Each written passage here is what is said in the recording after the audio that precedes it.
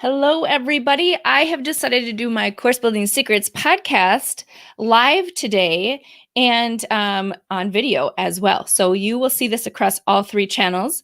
First, I wanted to share with you, what did I do with it? I'm so excited that Course Building Secrets is now trademarked. Can you see that? From the United States of America. So there you go. Now it's official. That Course Building Secrets is one of my registered trademarked brands. So that's super exciting. So give a shout out for that because that's amazing. But today's episode, I want to talk about how to avoid the cooking show guru. So I was watching a training from someone who's an expert, has,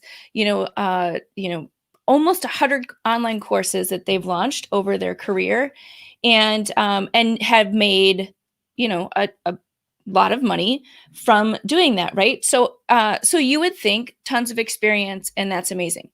And so definitely had something to offer, had a framework in terms of how to start building your online course. The problem and the issue that most times will happen is that they sort of present like it's the cooking show.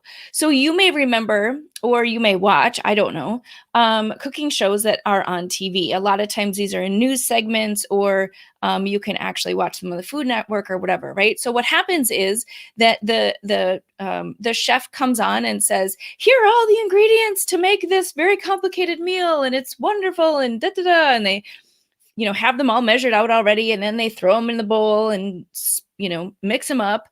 And then you go to commercial and you come back and they're like, "Yes, and here's what it looks like out of the oven." Woo. And like you don't see all the steps in between, right?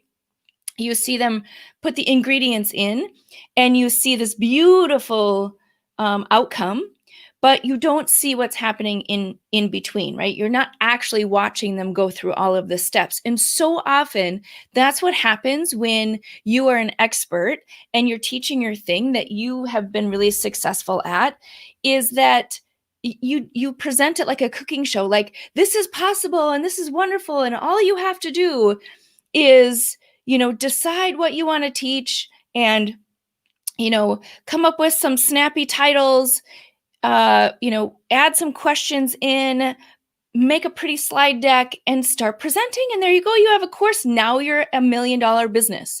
And that is a travesty for people who are actually looking for help in terms of how do you create your signature online course, right? Or for you, how do you help your learners actually get results? Because it's not about the ingredients and like the pieces and then ending up with this beautiful thing, right? You need to teach them the path that will help them be successful to get to that outcome, right? We have to show all the messy middle in terms of how do you put those ingredients together? How do you keep moving it forward to end up at that result, right? It's sort of like telling somebody that who's never run at all, that they can just buy some running shoes and then they can run a marathon, right? You've skipped all the steps, all of the work, all of the practicing in between, because it's not just about telling them that they can get some shoes and start running and here's what you do to run a marathon when you're on the couch, to go ahead and run your marathon, you're good, right? There's all sorts of things in the middle. So when you are looking to work with someone, or you as an expert, as you're looking to teach your people, it's really important to look at what is that solid, we call it a learner success path, right? What is the solid steps that they need to take in between the ingredients and the finished product, right? So really dialing that in and giving them what they need. So in order to do that as an expert, or if you're looking to work with an expert, here are the things that you should be looking for, or creating in your own signature online course, is that expert needs to have the ability to guide you, or you guide your learners from that first step all the way to results, right? So what that means is, as an expert, so often we forget what it's like to not be an expert. And so we can speak at the expert level, but to actually go back and, meet our learners where they are and guide them to a result is a different skill set, right? It's a different set of tools that you have to have in your toolbox in order to do that successfully. So some of those gurus out there that you may be watching have the ability to tell you what it's like to get started, the tools and the ingredients, and what success looks like, where they've gotten with success, but they may not remember how to take you on the path so you also can be successful. And this shows up like if you've ever taken a course before, if you've ever done anything, and you're not getting the results and you're like, I don't get it. Like, they've given me all these things and they've told me that I can be successful and they've shown me that they've done it. Why can't I do it? What's wrong with me? Right? And it's not about you. It's about their ability to come back to where you are in your knowledge and skill and guide you through. That's a very specific skill set that you need somebody to have, and that you as an expert need to have as you're thinking about how you're going to do this for your learners. The second thing is that they have to be willing to show you what it's like when it's not all wonderful, right? Where are the obstacles that you're going to hit along the path, or roadblocks, or different sort of places where you may trip and fall. They have to be able to show not only what they did to overcome it, but how they can help support you through that, right?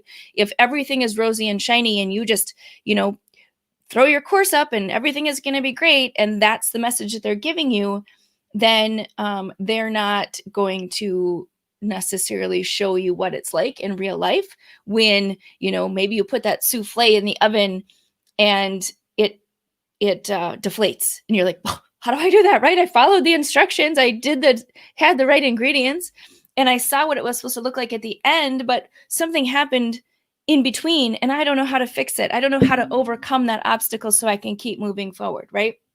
That's a really critical thing to look for when you're teaching and how you're going to teach your learners, but also when you're looking for somebody who can help you. And then the third thing is, are they able to give you activities and practice every step of the way, right? Are they skipping big steps? Are they just giving you the big picture framework, but not, helping you actually succeed along the path? Are they only giving you their story, or only giving you results that other people have had and not giving you the step-by-step practice? So how are they helping you actually get into action to do the thing that you need to do to get the result, right? It's one thing to hear about it, one thing to hear stories and be like, yes, I think it's possible. But the next step to that is actually having that person help you with practical practice. And then you also, when you're teaching, looking at practical practice. So those are my course building tips for you today, is really be aware of those cooking show gurus and don't turn into one yourself, right? Really think about how you can guide the learner every step of the way, the good, the bad, and the ugly, all the way through, to give them that path that they can go on to be successful, because people want results and they want real results that they can get, not just the picture painted of what it looks like when you've already reached that level of status.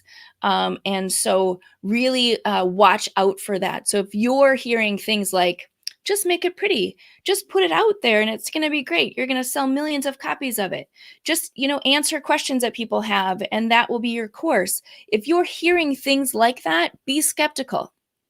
Ask where the step-by-step is. Ask what's in the middle of the ingredients and the result. Because I can guarantee you, as a marathoner, if I would have gone from not running at all to jumping on a marathon course, I would have been in a lot of pain, right? I would have not have been able to successfully run the marathons that I have run, right? And so often we just say, hey, just go run the marathon. Let me give you everything you need to run a marathon. And then we skip all of the things up in the front to actually get to that place, all the practice, all the work that it takes to do that. So there you go. That's my tip for today. Have a great day, everyone.